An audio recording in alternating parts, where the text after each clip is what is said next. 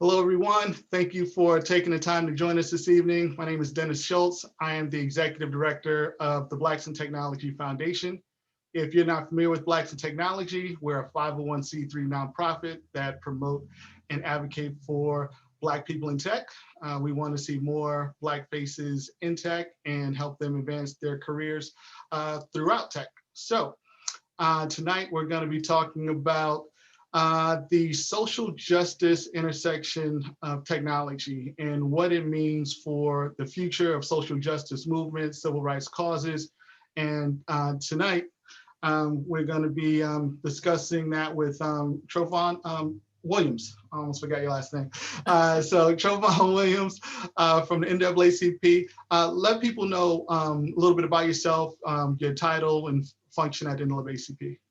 Well, good evening, everybody. To Dwight's point, I'm Trovon Williams. Dennis' point, excuse me. I don't know why I said Dwight. My apologies. I am the Senior Vice President of Marketing and Communications with the NAACP. My primary focus is to, lend voice to the voiceless and to help Black people across this country in any way imaginable in many respects. So, but my role is to help in building out our integrated marketing programs and ensuring that we show up in the spaces that we need to and that our community feels us in many different aspects from a messaging mechanism standpoint as possible. I've been with the association it'll be 2 years in June. It's been a wild ride, specifically when you consider what we kind of transpired in 2020, and I'm happy to be with you all on this evening. So you came in right as a lot of the drama was happening. So you kind of jumped into the fire. So when you joined, what was your expectation versus the actuality? What were you expecting NAACP to be? So it's a great question. I came largely from technology. So I did a lot of product marketing for technology companies. So I worked for Iridium or cybersecurity firms or rocket science companies and different things of that sort, where I'm used to the rate of speed being very, very fast because technology moves at an amazing rate. So I only knew one speed, which was go. And then you don't really realize how much you don't know going into a space like the NAACP with such a rich history. So there was a little bit of an onboarding process of understanding, what levers to pull, which ones not to pull, understanding why we can't do certain things a certain way, as well as we're, not just representing a building, but we're representing millions of people across the country in many respects. My expectations were that I wasn't going to know very much walking in the door about from a social justice standpoint, and I was absolutely spot on out the gate. But very quickly learned that the skills that I'd acquired over my career would translate. You just needed to know what the product was and what the value proposition is of the association, and we've been extremely successful in my almost 2 years now. Okay, all right. So in your day to day, just to so people understand exactly what it is you do. What is a typical day for you consist of, and who do you communicate with? A lot of meetings, but most of my communication really is I kind of serve as I play Jiminy Cricket. I'm on President Johnson, the president and CEO of NAACP. I'm on his shoulder quite often. Also from a team, from a communications team, looking at what issues are transpiring in our community, which ones we have ultimate positions on that we need to strengthen or amplify in these moments. And then also making sure that we're carrying our audience to a consistent narrative. I like to say that if we're doing our job effectively, we need to, that's right, Tigaloo, shout out. Would like to say that if I'm doing my job effectively, the audience or those who are following the NAACP should be able to follow our narrative, so that when there are climactic moments or moments of celebration, we should all arrive there together. I shouldn't have to tell you why something's a big deal if I'm doing my job correctly. And so I spend a tremendous amount of time with our program teams and with our senior leadership, really figuring out what areas are going to play significant roles in the coming weeks or days to come, and really helping to frame that story for our mechanisms appropriately. That could be our email communications platform, which is massive. It could be our social media, which has grown exponentially over the last few years. And then really now with the opportunity that we fostered, and really we've gained this level of trust over the last year and a half, is how we utilize digital marketing and platforms that probably weren't tried and true within the NAACP space itself. So digital ads, different things like that, that, you know, if you're coming from a technology space, you're like, yeah, why wouldn't you? But in a nonprofit space with an organization that's 112 years old, you have to sell some of this stuff. And so I think we've done a great job of building a level of trust with the team that we have now, that we have been able to explore and try some new things that we hadn't customarily did before. Okay, so you help with the mass communications from social media and technical perspective. Correct. So will we ever see any, you know, clapbacks like Wendy does, you know, from NAACP, you know? Oh, absolutely. Absolutely. Because I follow Wendy's Twitter, you know, just for the clapbacks. But Yeah. you know, I know that, you know, certain platforms are more conservative. Certain organizations have different you know, vibes and feels. Seems like NAACP will be one of those organizations that would err toward the side of conservatism versus, you know, bringing itself fully to the 21st century. You'd be surprised though. That is, I mean, we've gained a level of trust over the last year or so because of the audience that we've been able to garner. And you use your messaging appropriately on the mechanisms that you have. My email communication platform is going to be a lot more buttoned up. It's going to go a lot more into detail because the audience there is, you know, demographically is our older audience. These are our seasoned NAACPers, right? But even within that space, we're having to look at metrics and figure out heat mapping. So how much time are they spending on our emails to see whether or not we're making the right decision? If anybody follows us on Twitter or on Instagram now, you can kind of see where the shift starts to take place, where we've gained enough of the trust of our senior leadership by our consistency in our messaging that we've been allowed to play a little bit more within these spaces and some of the messaging that we've been able to push out. So I like to say that sarcasm is the humor of the intellectual, and so you may see that pop up from time to time in some of our social media posts. I think a great example would be the unfortunate events that happened on January 6th with the insurrection or the attempted, you know, coup that took place on Capitol Hill. And more than anything else, what our platform became was a vehicle to express the frustration that many within the African-American community felt and didn't feel like they had a big enough megaphone to say what needed to be said. And so we built a level of trust. And I mean, one simple tweet, and you all that follow social know how difficult this is. We had one tweet that said, I believe, I don't want to mischaracterize it, but it literally just said, you thought taking a knee was too much. And it got 1 million likes, which is almost unheard of within the Twitter space. I think there might be 100 tweets in Twitter's history that has struck 100 likes in that moment, because it galvanized and it resonated with an audience in a way that, you know, we were listening to people call football players SOBs for taking a knee a few months ago, and now we have people marching through the halls of Congress holding Confederate flags. You know, we have a right in this moment to express our frustration, and so we've been allowed a little bit more flexibility in that space within the social media space. So our social, depending on the audience, Facebook is probably a little bit older, so you might get something that's a little bit more buttoned up. But our Twitter and our Instagram has been progressive. I'll say it that way. We've been a little bit more progressive as of late. Okay. And so what do you think? I guess the other social movements around, say, like Black Lives Matter, or Color of Change, and organizations like that. Where do you see, I guess, the intersections, potential, collaborations, or are these all disparate individual efforts going on? Everybody kind of in their own lane.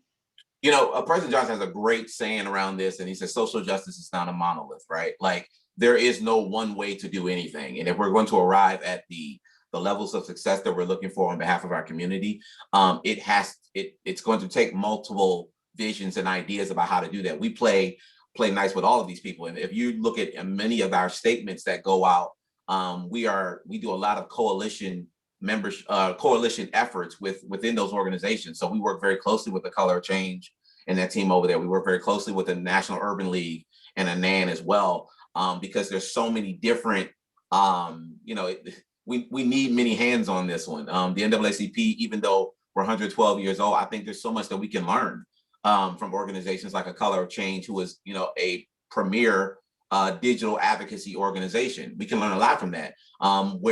Where they may be strong, there may be some areas for us to improve, and vice versa. Nobody has the membership of the foot soldiers that the NAACP has across the country. So when you really want to mobilize communities, you have to call the association in many respects. But there's so many things that we can improve upon in learning from an urban league or from a Color of Change. And so we work very, very closely with those organizations as well. And I think we glean from each other, understanding that we all have our own individual missions and visions. But the fight and the things that we're advocating for, it's going to take all of us to be successful. And I think we're able to toe those lines very, very clean. Okay. So you got me thinking about the summer, obviously, George Floyd last summer, and the communications that I received initially, in the initial media wake, and then how things, kind of coalesced and organized into, different, gatherings, different marches, different, different events for different groups in different areas.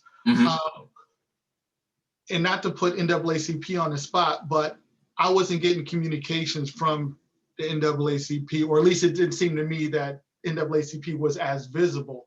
Was that just my perception, or, was that a specific tack that, NAACP took as far as, how they were gonna, communicate out what they were doing in that effort?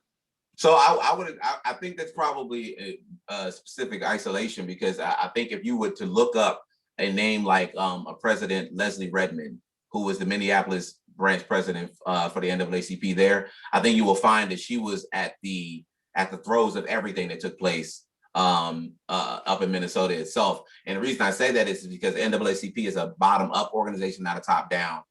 In some respects, you may see faces that you recognize when these moments take place. But as I was mentioning, we have the ability to mobilize communities because we're already there. We don't believe in parachute leadership, if you will, and that's not a dig on anybody, but the reality is that we don't have to fly a President Johnson necessarily into an area like that unless it's necessary, because there's leadership that's already in place. So a Leslie Redmond became our focal point around Minneapolis when that took place in many respects. The reality is that we were also in the middle of a pandemic in many respects as well. And so our job in this moment is that we did not also want to put our people in harm's way by being out here in the midst of the vaccination. So we stood up the digital advocacy campaign called We Are Done Dying. Many of the people that you saw taking to the streets themselves are locals. And there's no way in the world we were going to tell somebody not to go out and show their protest in that moment. But we allowed the local branches to take the lead in that. And then we were serving as force multipliers in many respects. So the We Are Done Dying campaign became our digital advocacy ask on behalf of people across the country. And we got tremendous pickup from media, and then also from people who are advocating on behalf of the George Floyd Act, which we're still fighting for even to this moment. But Leslie Redmond, those teams that are on the ground there, same thing with Major Woodall down in Georgia with regards to the Ahmaud Arbery cases and different things like that. We allow the leadership that is going to be there after the cameras go away and after people leave the scenes and after the visuals are over, to make sure that they're holding public servants and those attorney generals and different things like that accountable. And I mean, if you turn on the news right now, you can find Major Woodall talking about what's taking place down in Georgia right now around suppression, even now. So I think it's, we don't show up in the same way that some others would show up, where you might see a face that you're used to seeing. But our presence is always felt within the community because we're always there. I can definitely appreciate that. And, as far as technology is concerned specifically, when this happened, I mean, I wanted to do something, and I was thinking, okay, what platform do I have? What skills do I have? How can I affect change in this moment? And I started noticing around the time I was trying to figure out, what it was that I could personally do, you start seeing the companies, the organizations, everybody, kind of what I felt like was jumping on the bandwagon to, Oh, sure. say that, oh, racism is bad, and Black Yeah. Lives Matter, blah.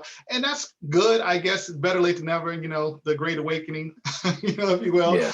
But I still didn't think it was enough. Sure. And using technology, or using, a platform that we have, which is, thousands of technologists. What do you think the technology community can do to affect change, or to make things, I guess, easier or better for, Mhm. social justice? And I'll say, my first thought is obviously around communications, Mhm. building apps. And I've definitely seen some folks, create and develop applications to, show where, injustice is happening, how do you get involved, those types of things. But just want to get your opinion on where you think technology can play a role. I think technology has the same significant role to play, in the same way that you can be creative about the development of an application and what it ultimately, at the end of the day, anybody who's in technology is a problem solver. Like they're looking to be solutions oriented at its core. And so I think above all, utilizing the platform of your skill set in the manner that you traditionally have it is ideal for this space. I give a perfect example for us is that I was alluding to at the onset. We weren't doing a tremendous amount of geo-targeting and different things like that in particular areas in the last year, or excuse me, prior to me getting here. And that was the space I came from traditionally. I wanted to get metrics. I wanted to put geofencing around particular areas when we're doing efforts there, because you can get the immediate response. You can find out, you can get zip codes, you can do different things like that that make the messaging that much more targeted to the audience that you're trying to portray. These are things that outside of the nonprofit or social justice space are second nature. You all do this in your sleep. It's just a part of the equation. Within our space, you're introducing this into the social justice space in many respects, and we made tremendous headway, but there's so much more room for development in these spaces as well. But I'd say for anybody, whether it's in technology or even outside of technology, you don't have to go too far from your brand if you're interested in helping. Your profile or the platforms that you utilize or the skill sets that you have today can always be repurposed for what's needed for a social justice standpoint. You were mentioning about applications that were being built for the purposes of standing up and letting people know where injustices are taking place. We were using stuff like that during voter mobilization and at the tail end, where we were seeing where people were getting turned away for being able to cast their vote, and we were able to do that in real time via applications and stuff like this. All stuff that maybe 10 years ago would have been a fiction, just pie in the sky, if you will. Now those are realistic things where we can send that information directly to our civic engagement team, who can get that information directly in front of our legal team, who can put the legalities in place to fight on behalf of those individuals in real time. We don't have to wait till after the election is over with, but we can put this stuff in place in those moments. So I think it's because it's a little bit understated in some respects, or because it's almost brand new in some respects within the social justice space, it's not being amplified. But I think a light bulb came on in this past year for many people, understanding just how significant a role technology plays in what we're doing. We did an entire civic engagement program last year, no contact canvassing. We couldn't go door to door. We couldn't put stuff on doors in the way that we traditionally did. So we had to mobilize communities without being able to knock on doors, because we wanted to make sure we were adhering to social distancing. We had 200,000 volunteers from across the country texting and calling individuals all over the country, reminding them about their dates that they needed to be able to get registered, reminding them of where their polling station was, making personal phone calls. In some cases, that's old school by picking up the phone and calling. But the other aspect of that is that we were able to get 10, and we were calling this a peer-to-peer, because we wanted individuals who are within a 10 to 15 mile radius. So individuals who are in your own area to serve as your conduit for sharing this information. I'm not calling you and I'm in DC asking you to go vote in Atlanta. I got somebody who's in Atlanta or in that local area who's advocating and making sure they're making that personal contact, because our research show that if you were talking to someone who had a bit more familiarity from a community standpoint, you were more inclined to do and make the necessary steps. So we had high frequent voters calling low frequent voters, and we saw the results that took place down here in Georgia as well. We had the largest comprehensive Black voter mobilization campaign, and it was all based off of really technology at the crux of it, because we couldn't go out and do the old school things, which was amazing. Yeah, digital canvas, and I didn't even really consider that, but now you think about it, it's really an effective way to get to people. Absolutely. I mean, think about how often do you all open the door these days, unless it's a DoorDash or somebody dropping something off from Amazon. But you got this with you 24/7, no matter what's going on, right? So let's get information into the mechanisms that make the most sense for the individuals, and not try to force people into spaces that are comfortable. We had to get uncomfortable in 2020, and I think we were successful in doing so. And now that we've gotten uncomfortable, there's limitless possibilities to how we can utilize technology to really further the mission. All right, so let's kind of talk about that a second. So, Trovon, if you had a magic wand, you could, have any, technological innovation at your disposal, what would you have? What's missing right now? What do you think would be the killer app for social justice that doesn't exist right now? So there's multiple steps that are included within taking action. And while people don't necessarily see it this way, like something as small as signing a petition sends a tremendous message across the country. But having to go through the mechanisms put in place in order to do that sometimes can become very, very cluttered or convoluted in some respects. If I got to look at the email, click the link in the email, fill out the information itself, there's too many steps. You guys, I mean, I'm talking to the tech people in here. Within any web structure, if I can get minimal clicks to get to my point, mission accomplished. And I'm more inclined to do this if I know that the process is simple versus being convoluted. If I get 2 steps in, it's like, never mind, I don't really want to do it. I mean, you can do that for shopping, right? If I got to do too many clicks to get something done, never mind. I'll do it some other time. That one click on Amazon, though, is dangerous. Just so you understand. It's dangerous. I don't even remember buying that. Why is it outside? But you understand what I mean? Like, I would love to have the ability, and we have action alerts that we send from an association standpoint. But I like, for major issues that from a social justice standpoint, the ones that we are sending out press releases for, the ones that we know that our president's going to be on television talking about here, later in this evening on the Wolf Blitzers and the Don Lemons of the world.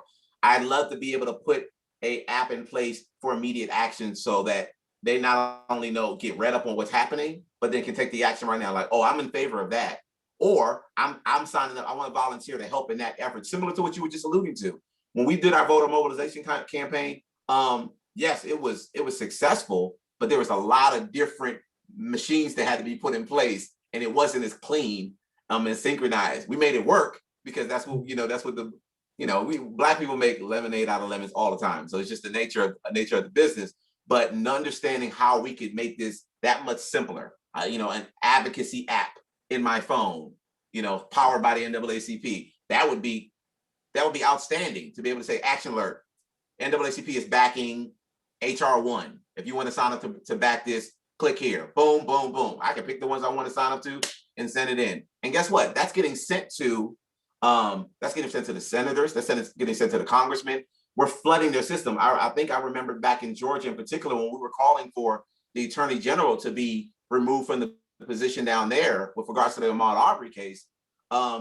We put the number out that we wanted people to call, and they shut the whole system down. They couldn't make any more phone calls because that many people responded to the action, but it had to be immediate. It had to be concise, and we couldn't ask them to go through multiple steps. Anything that allows me to update my people quickly, that we can control too, because while social is a absolute monster, if it's not done correctly, it could do more harm than it does good. But an app that can control the message on behalf of the association, that I can take immediate action, that would be ideal for me, because I can get the actions that I'm looking for and the metrics that I'm looking for. All right. So Ken Grandison, I see you taking notes. What we're going to do eventually is, see if we can come up with something that makes sense for our community to develop. Mm-hmm. So I'm thinking in terms of a hackathon or some type of contest. around social justice, but I didn't know exactly what we should focus on. So this kind of gives me a little bit of guidance on that. And, I'm thinking, some type of cash prize and maybe, something in collaboration with an organization like NAACP. Definitely something that NAACP could use when complete. But, maybe we can talk offline about what that might look like, because we definitely have the talent in our group to do something that could affect change on a grand scale. So. Fully believe that. I think that more than anything else, what President Johnson, who's in his third year, has proven he's 100% behind us making this as progressive as possible. The association has jumped light years in the last 2 or 3 years, but there's so much more that we can be doing to simplify this for our communities. And so, I know I'm not even speaking out of turn and saying we welcome any insights about how we can improve upon advocacy for our community. Yeah, I appreciate that. And just kind of looking forward. So, last year was, kind of a learning experience for a lot of folks, and a lot of people had to jump on, the virtual, teleconference bandwagon and, learn how to Zoom and, Google Meet and everything else. What does it look like for you and the NAACP as far as work going through the rest of the year, and how do you guys leverage technology internally? Oh, so you that's a great segue. I don't even know if you realize you did it on purpose. But immediately following this this conference, we have our virtual town hall series. About a year and a half ago, even before the pandemic, we had started our virtual town hall, which at one point was just a really, really glorified conference call. And over a period of time, even before the pandemic, we started to introduce, okay, well, can we do this on camera like we're doing with Zoom? Can we pass this into our Facebook and make it a Facebook Live? And I think what was unique about what took place in 2020 is that we were prepared for the moment. So immediately on the heels of basically the nation shutting down, we were able to stand up an emergency town hall where we were able to have the Surgeon General and different medical experts, because we don't know what we don't know. And more than anything else, individuals want to know or get as much information as possible. NAACP is not the medical experts, but we have access to them. So let's make sure that the people that represent our communities, and also the people that look like us, that you may have a little bit more trust in, have an ability to weigh in on this. That became a tremendous vehicle for us, because it allowed us the opportunity, not just from a COVID-19 standpoint, but allow us to talk about some of the major issues that are impacting our community. We had now President Joe Biden as one of our speakers on there. We've done a number of things with Oprah and a number of different celebrities, and then also talking about things that we all know and whisper about in our smaller circles. But let's just come out flat out and address it. Let's talk about what Black men are dealing with in this moment around mental health, right? These are things that we all know, and we'll say amen to it, but let's have a real conversation about how we can do and what's necessary in order to help our community. And so technology became a huge vehicle for us, because we couldn't go out and we couldn't have, you couldn't have your branch meeting or your state conference convening. You had to have real conversations, and Zoom and IG Lives and all of these things became our way of force multiplying and sharing those mechanisms. Coming to this year, some of the things that you're going to see the NAACP showing up heavily in is regards to, one in particular was with regards to our ask for the Biden administration to implement a racial equity czar, which is now being handled by Susan Rice in her current role. We wanted to make sure that we called it out and spelled it out specifically just like that, because too many of these issues are kind of dropped into different buckets here or there, and nobody really owns the totality of racial equity. So at least there's a name and a face that we can have immediate contact with around the issues that are impacting our community. We're going to keep lifting this up. We don't care who's in the White House if they're not taking care of us as a community. There are no permanent friends or no permanent enemies, only permanent interests. We're only interested in what's going to help our community. And so our job now is to take this administration to task. If you make campaign promises, we want to make sure that you're seeing the fulfillment of those campaign promises. If we want to see the George Floyd Act passed, we want to see student debt cancellation at the forefront, because I don't care what color you are, red, white, bleak, green, or pink. If you got debt and student debt, you're being impacted by this, and everybody wants to see that gone. We want to talk about the fact that small Black businesses while there was a bunch of money that was given away last year, we know that less than 5% of that money went to small Black-owned businesses, and they couldn't sustain. And some of them had to board up, which is why you see stuff like the grant system that we have with Be Good, or handing money back out to the communities that were impacted. But we need to hold our administrations accountable in this moment. So we've got our first 100 days plan, which is all obviously going to link into the campaign itself. And we're going to be having our town halls, and hopefully, as things begin to lighten a bit, hopefully as this vaccination starts to we can start getting back to some sense of normal in many respects as well. The town hall this evening is specifically around the vaccination and the distribution of it. We know within the Black community itself, there's a whole lot of, do I take it now? Do I wait? Is this a trick? It's not our position necessarily to tell you what to do, but it is absolutely our accountability to make sure that you have as much information about whatever decision you want to make as well. So we're going to talk about it. We're going to ask the tough questions on this evening, and that's going to be something that you consistently see from the association throughout the course of the year. And we want to continue to beat the drum on behalf of the federal judges that we want to see appointed. I don't know if many people recognize this, but during the Trump administration, I think more than 90 federal judges were appointed, and all of them were white. Not one person was Black. Not surprised at all. Not okay. I didn't think you would be, but I'm just saying, some people just need to hear that. Over 90 federal judges, those are lifetime appointments. None of them are Black. So imagine, Pookie or Ray Ray or somebody else going into a courthouse, and there's never going to be somebody that looks like them. We've got to do our part to advocate on behalf of making sure that the judicial system reflects the communities as well. And right now also, and some of you all may be aware of this, we're also suing President Donald Trump and his attorney, Rudy Giuliani, for inciting the insurrection. Our president has a very, very clean stance on this, and that is we want to, there you go, 125. Somebody got it real time information. It's absolutely absurd. But when we consider the fact that these were dog whistles that were being made by this administration over a period of time, we want to drain that. We want to cut the head of that snake off and make sure that he does not have the financial resources available to be able to do this again 4 years from now.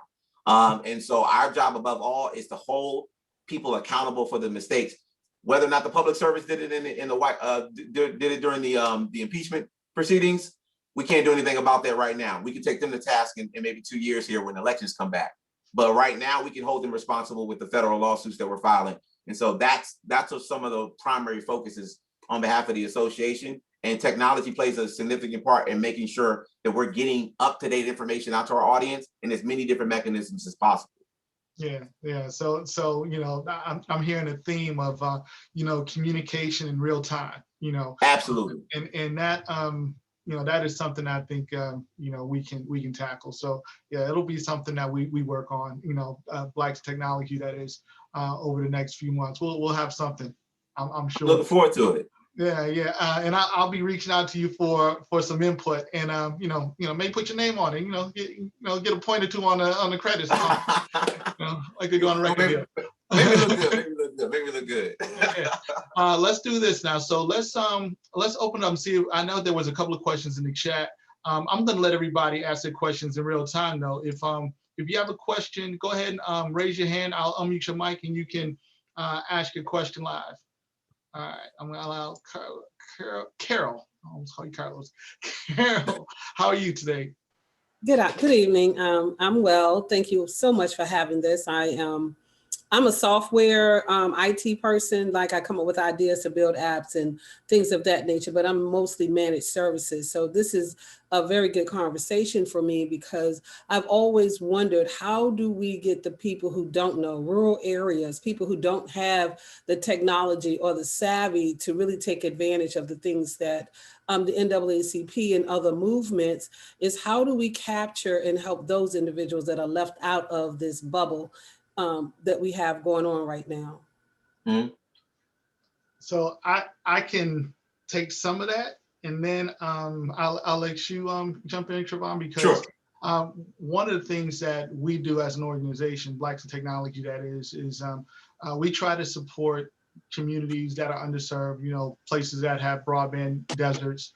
So for those people, we can offer, and we do offer, discounted computers.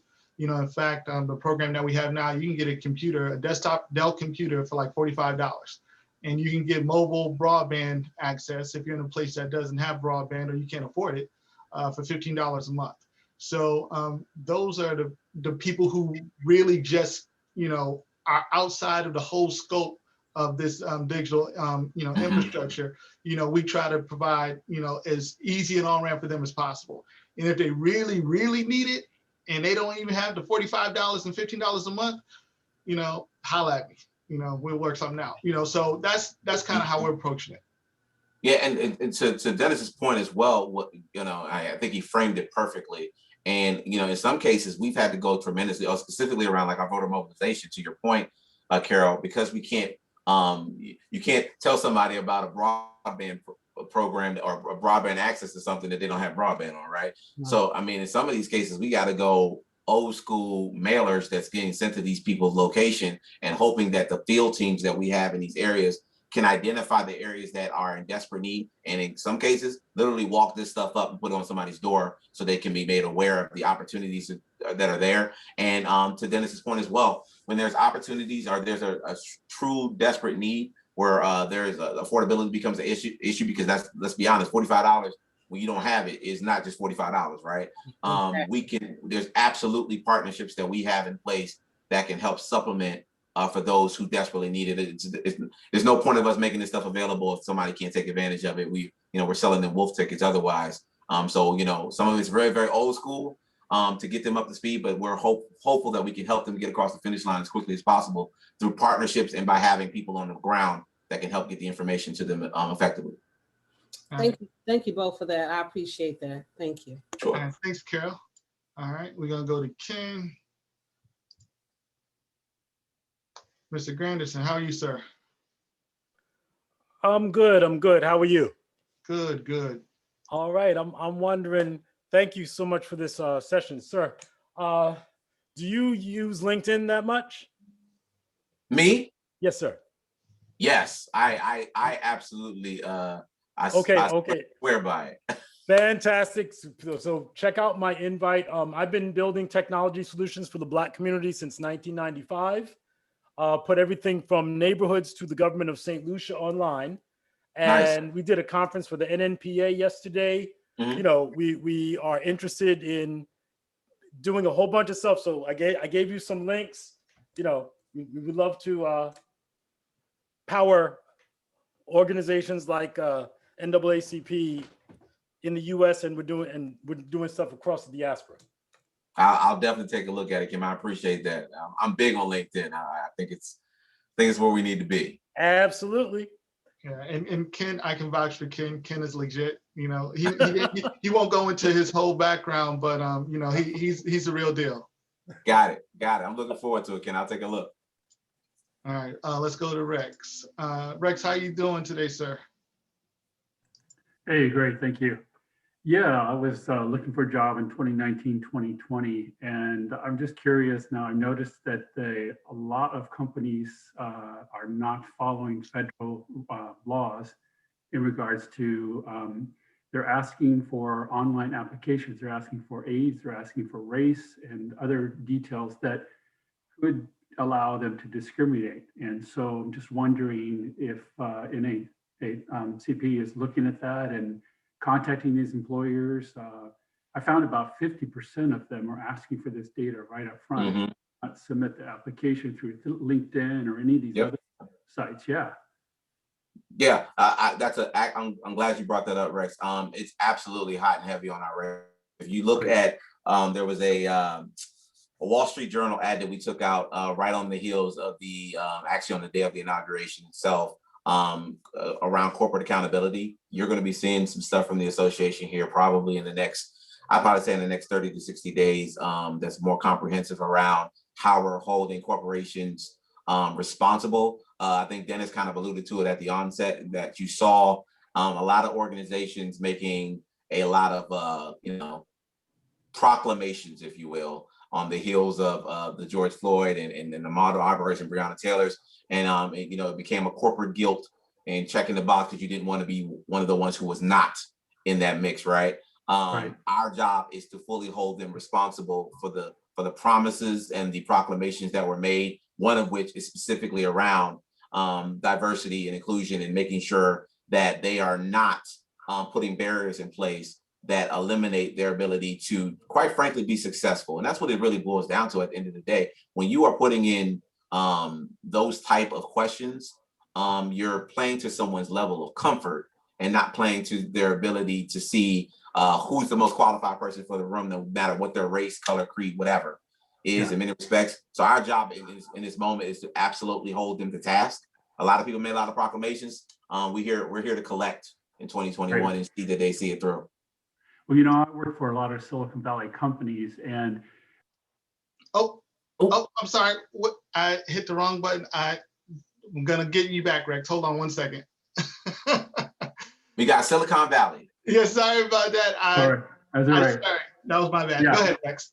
So I worked for quite a few Silicon Valley companies, and they are real strong advocates for non-discrimination, and that I just think that what's happening is that maybe some of these companies, the programmers, are clueless about the law, and the company's not paying attention. Other cases, it may be intentional. So I want to give them the benefit of the doubt that, you know, that a lot of Silicon Valley companies have been in the forefront since the 80s of trying to they find the best talent, like Jerome said. So I just think that, you know, it just is amazing to me that they were clueless that there's so much of this out there, and they don't even let you pass that gate. You can't apply unless you complete all that information. But the conversation, I mean, me and Dennis were talking about this before this call, but I just did a conversation around this last night about how, as a Trovon Williams, I was so apprehensive and had so much anxiety about whether or not I would get a call back, that for a period of time I went by T. Charles Williams, just because I was like, well, maybe if they don't know that I'm Trovon, maybe I have a better chance. And then over a period, no, my mother named me Trovon, and I have every right to aspire to be the best Trovon. I don't have to hide who I am. And that this is what this is really about. Why do we have to keep shrinking in order for somebody else to feel comfortable? No, let me be authentically, unapologetically who I am in this moment. And quite frankly, you're going to benefit from me being the best version of myself if given the opportunity, because if I don't have to deal with all those marginalizations, my creative space will be greater. I'll be the better engineer. I'll be the better marketer. I can do all these things at a better level when I have confidence in who I am, and I don't feel like I had to slip in the door wearing some kind of semblance of myself. And so, you know, I love being in the position that I am now, because I can look back on all of those moments that I had going, you know, in my early 20s, getting out of school, just trying to get established, and realize that I don't want to ever see somebody have to relive any of those things again. And so that's why I'm so blessed to be in a position that I am now, where we can influence some of those obstacles that have been put in place and really do something about it. So absolutely, you're going to see a lot from us about corporate accountability. Long-winded answer, but you're going to get some. You're going to see some stuff from us here in short order. Amen. Thank you. Amen. Thanks, Rex. Sorry, I disabled you too early. Don't take it personally. All right, Joe. Let's get Joe up. All right. Thanks, Dennis. Thanks, Trovon. This is Joe. I'm in Santa Cruz, California. I'm active in the open source community with WordPress. I'm a front-end designer, developer. And what I wanted to ask the panel was specifically, over this last election cycle, technology seemed like it turned the tables in our favor.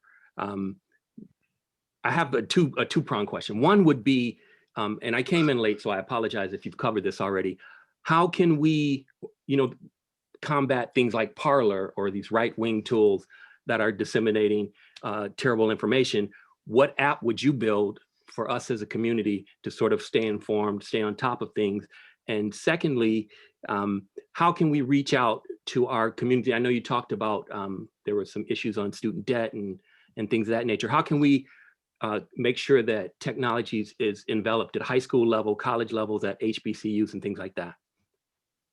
So I think on the first part, I think that the application part, we kind of talked through a little bit as well. So I'll let Dennis kind of unpack that one a little bit later. But to your part about the organization, to how we combat against issues like Parler, we ran a Stop Hate for Profit campaign against really all social media accounts last year, specifically geared at Facebook, because of the amount of misinformation that was being shared in many respects, and hate speech in many respects as well. I would just say this without speaking too far out of turn.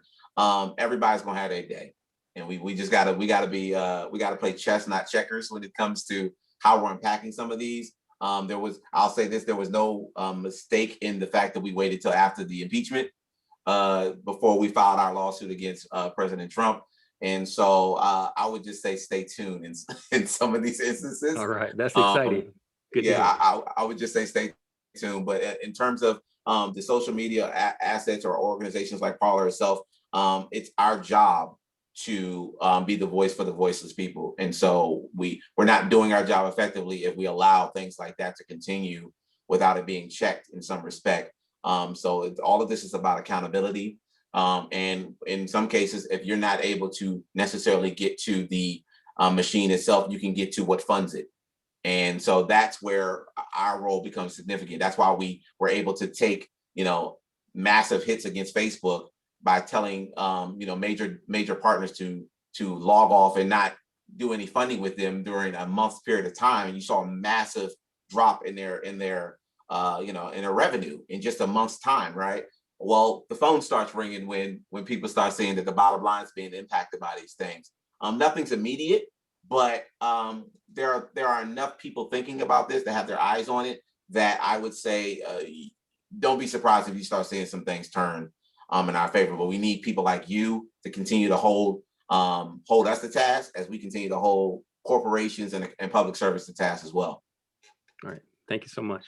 And Joe, regarding the app or what you would build, we're going to have something. I just don't know exactly what it is yet, but I want to poll the community and see exactly what we end up building. But I got some ideas. All right, let's go, Tracy. Oh, there we go. Oh, there we go.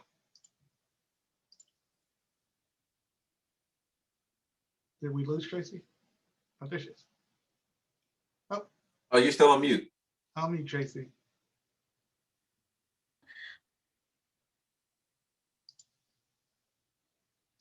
Oh. Now we can see you're off mute, but we can't hear you, Tracy. Tracy? Going once? My internet isn't very strong. Oh, There you are. There you go. All right. Darn. Okay. I was wondering if there are any initiatives with elementary students that you guys are planning. I had worked at Red Hat within events marketing for a while, and now I'm in public ed. So that's why I'm interested, especially Red Hat had really awesome initiatives within, the research triangle and encouraging girls. So just wondering if you guys have programs already, and just to address that. So not national programs. As I was mentioning, most of our programs are ran at a field level. So there probably are programs in different states based off of the field membership. So state conferences themselves have programs or have partnerships with local organizations themselves. We are in the process right now of getting grants that are helping to fund STEM programs, after school programs, and different things of that sort, to your point, so that we can really educate our students on what's really available to them. I love the notion of being able to showcase that there's so much more outside of dribbling basketballs and playing football for our kids, like showing them that network engineers are ridiculously creative and can do some amazing things. And so programs like our AXO program, which is from, I think, middle school all the way up to high school, it's our program that we have as a national level that allows kids to participate in after school programs in competition. So one of the major vehicles within that are around STEM and the development of new projects, and they compete against each other across the nation. And typically what they would do is during our convention, they would come and compete there for awards and different things of that sort as well, which is outstanding. And it's one of those, the AXO is huge. There's a lot of great alumni that are part of the AXO program itself. So at the base level, the programs that are being stood up from a technology standpoint are usually at the chapter or the state level. But on a national level, we have the AXO program, which highlights our students and keeps them kind of geared around the passions that they have in many respects. Cool. Can I just say one more thing too? Sure. I mean, no, obviously that's totally awesome, but just coming from the Oh, I did it again. Oh man, I'm so sorry. My finger is quick with the button. Tracy, I apologize. I'm gonna see if I can get you back real quick. This is the first time this ever happened to me, by the way. Tracy, if you could just ask your question again. I apologize. Oh no, not at all. Just from the early childhood standpoint, like a friend of mine has been a third grade teacher for a long time, and she had shared with me that, you know, the standards of learning tests at that age already, you probably know this, that based on their scores, they, you know, the powers that be, you know, are developing, or whatever you call it, building prisons based on whatever the test scores are of, you know, kids in poverty. So I was hoping, and you know, that prison to pipeline, we could replace that with, you know, the pathway to sustainability through careers in technology, right? I mean, right. Or whatever, or politics or education, you know, wherever more people of color need to be. So yeah, just putting it out there. Like the younger, the better. Oh yeah, absolutely.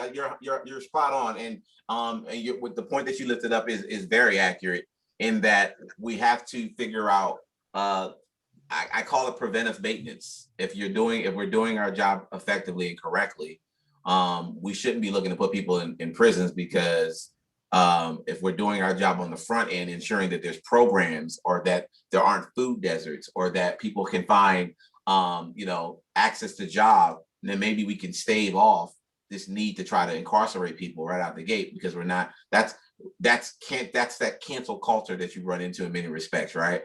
But we're not doing anything on the front end, and we're saying survival of the fittest, and we're not actually giving anybody anything to sustainable in order for them to be successful before they get to these desperate parts. So 100% agree with you. The earlier, the better. And we're certainly leaning in that respect as well. All right, thanks. Yolanda, you are up next. Hello, thank you.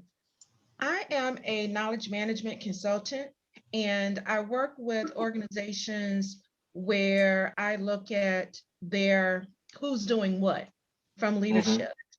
And so with that being said, what I have noticed is that we really need to, you know, once we get in these corporations and we have this diversity of faces, how do we go about actually going beyond just the normal diversity and inclusion facade, and actually making an impact as far as holding leadership accountable based on their performance in order to put minorities in certain positions, not only from the C-suite level, but also in management positions up under the C-suite.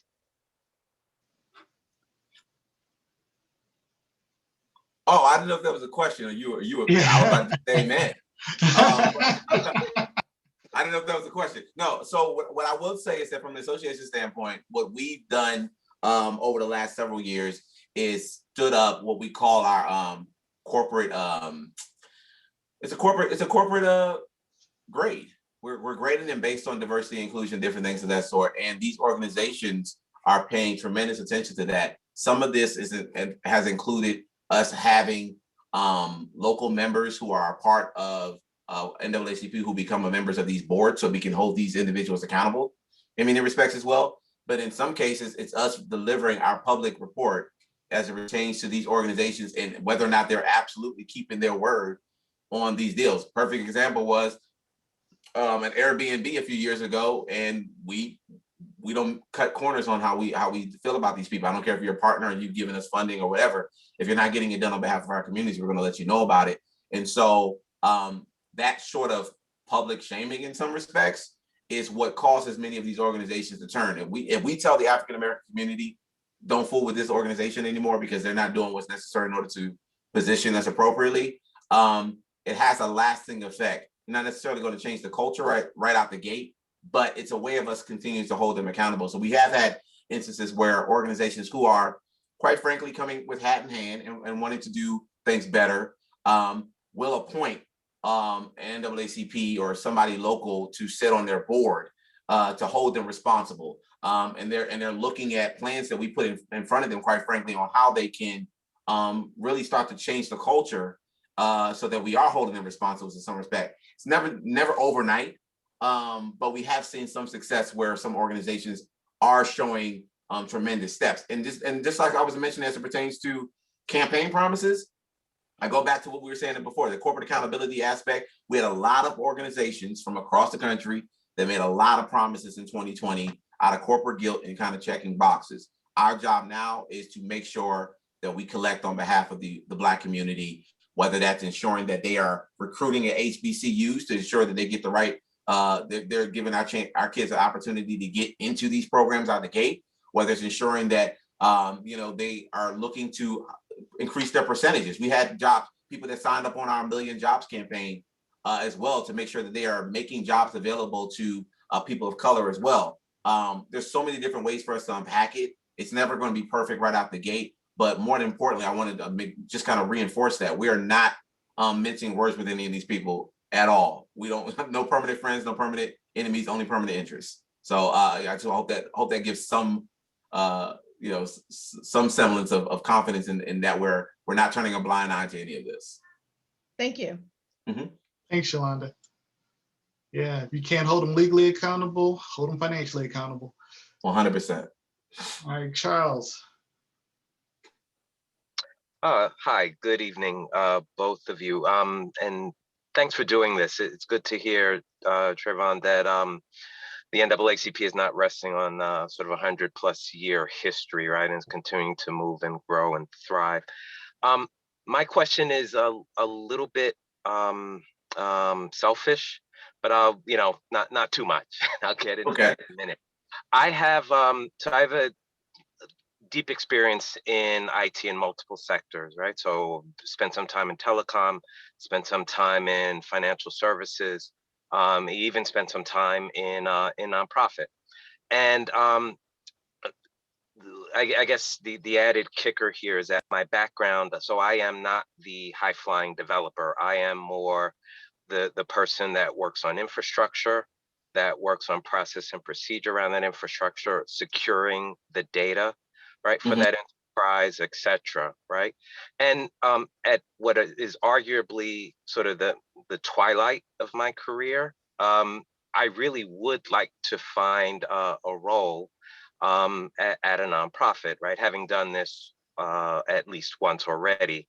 And what I see a lot as I look for roles and talk with people and network, et cetera, that lots of and lots is, I'll put that in quotes, but many nonprofits outsource sort of the infrastructure / IT service side of their operations to a managed service provider, right? And I've seen mixtures, right? So you might have data scientists on staff, you might have, user experience people on staff, but sort of the bits that where my skill set I think make me valuable and would make me very valuable to a nonprofit are outsourced to a managed service provider. So I wanted to get, I guess, maybe your sense of what's going on at the NAACP with that, maybe trends that you might be hearing from, counterparts. I'm not here to, I'm not saying that managed service providers are all bad. And I understand the economics of what goes on at nonprofits a bit. I'm just wondering, when and where do I enter, right? How do I make make a space for myself, because I do think that there's a discussion to be had sometimes about, what am I trying to say? And I'm wrapping this up. The speed to response of managed service providers versus people on staff, the alignment, right, with the entity's priorities. I think there's a discussion to be had sometimes about that aspect of things. So I hope it wasn't too confusing, but that's No, my question. I think I follow you pretty well. Appreciate the question, Charles. I would say from the association standpoint, we've gone through tremendous restructuring over the last year and a half that I've been here for certain. And our board meeting was just this past weekend, and we introduced significant expansion, specifically within the IT and technology space. Because in some respects, in alluding to some of the points that you just kind of made, which is that an organization, in order for an organization to truly flourish, you have to have people that are at the helm that are invested in what's taking place, and we can't just be another client. And so significant enhancements have been made within the association to expand our IT and technology space as much as possible with internal resources, so that we can, we can be self-sufficient in many respects and not need to necessarily pull on outside vendors to force multiply the efforts of the association. I think we're in a position to be able to do that. I think the vision for the association requires it.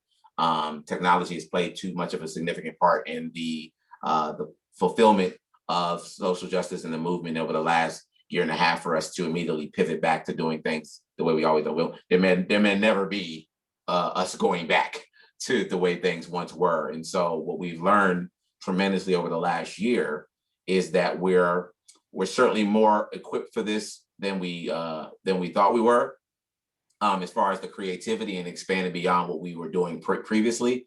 And we realized that we got to get a bigger pot, and we got to get more people in order to really do the work at the scale that we want to. So I hope that's a shorter way of saying it, but I think that what you are alluding to is firmly on the in the eyes and ears of our leadership. And I'd encourage anybody who's legitimately looking from an IT perspective to start familiarizing yourself with the association and structure and seeing whether there is an opportunity or a fit for you. Thanks. And I know we're a little bit over time. Do you have time for one more question? I can do one more, absolutely. Okay, so Kavis, we're gonna get you in right now. Hello. Hello. How we doing? Hi, I'm Kivas, pronouns they, them. I guess a little bit about me, not to go too much into detail, but I'm volunteering with Restore the Fourth. I'm the Atlanta chapter lead, data scientist in regards to full-time background. So my question is, one of the things I've noticed in my networking in the activism space is there's a lot of awareness about mass surveillance, but it doesn't seem like a lot of people have been even reactive to actually utilizing technologies out there that will give them greater protection and privacy and security. Could you provide any insights into that? So your question is in regards to mass surveillance? Yeah, particularly different organizations. A lot of times I'll see them, using Gmail emails or, even using with web conferencing. Depending upon how many people you have, you could use Jitsi, which is a more secure, encrypted platform. So, yeah, I'm just curious why it seems to be reluctance to use these readily available, more secure technologies, and by the use of them would actually help popularize them and normalize them. And again, just a simple way to protect themselves and also give strength to those sorts of technologies. So I mean, without knowing the information, tremendously, I would say in any case, adaptation is one of the biggest challenges that many of us face within these spaces themselves. And so, I think that within any organization, the need has to be, we have to spell this stuff out. Quite frankly, it's kind of it's almost muscle memory for you, because you know the benefit of it, but so many people have been taught so many different things over a period of time. It just requires a lot more onboarding and educating, and to the benefit in many respects, right? So I think that you could be completely spot on, but overturning the ideologies of an organization, in some cases, we got to turn the ship a little slower than we probably want to. Without flipping it over in some respects. So I think you're probably right. And I think we probably experienced it within the association itself. We were, paper-based for a really, really long time.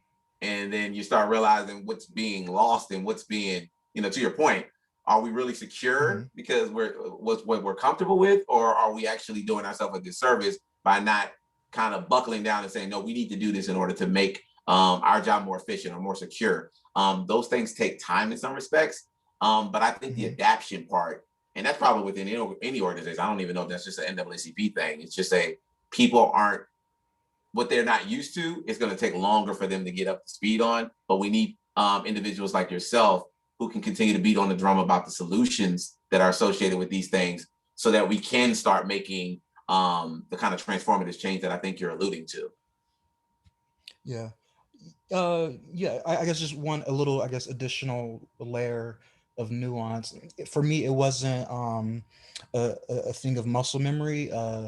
I did, like I said, I'm a data scientist, particularly the statistical part. So for me, it's a thing of I understand that, for instance, them creating psychological profiles on people via your data. Now, actually, I was posting an article about how there's a company that's actually creating living neurons as a way to replace computers. And so, again, all that sort of, disturbing sort of aspects of injustice in technology. So, but I'll leave my information in the chat. So if y'all want more resources, etc. Thank you. Appreciate that. That's deep. And Kivas, I think it's marketing and education is really what it comes down to. People go what's popular, and it's the same reason we use QWERTY keyboards. VHS, Betamax. I mean, I could go on. So, but yeah, I appreciate you, Trovon, for staying over, and I appreciate everyone who's stuck around to the end. For the attendees, I've been doing this for our past couple of events. I've been trying to do raffles at the end. So I got 2 calendars. One is Black Wall Street, and one is new VP. What I'm going to do is, if you're interested, you can email me. I'm going to put my email address into the chat, or you can just go to the website and email us. But if you're interested, you can get at me and just let me know that you'd like to be entered into the raffle, and I'll contact you if you want. I'll just choose 2 people at random. Trovon, did you have any last words for the folks here before we close? Sure. I'd like to, first of all, I'd like to thank you, Dennis, for the opportunity to speak with you all. It's been a great conversation, really insightful, and I'm grateful to you all for having me. And if any of you all have the time, I would love for you to go on over to NAACP.org. We have our COVID-19 vaccination town hall, which you can watch on NAACP.org or on our YouTube channel or on Facebook. All of those things are available at 7:30. So you don't even have to do anything, but just turn on one of those platforms, and you'll be able to hear from industry leaders and experts around the vaccination, and get some of the questions that we are having around the vaccination itself answered. And then we ask you to follow us on social media platforms at NAACP.org to get the latest and greatest. And you might see me on there every once in a while. All right, Trovon. Well, I appreciate your time, brother. We will be talking again, I'm sure. Enjoy the rest of your evening, and thanks everyone else for checking in and spending your time with us. See you at the next event. Have a good night. Blessings, everybody. Thank you.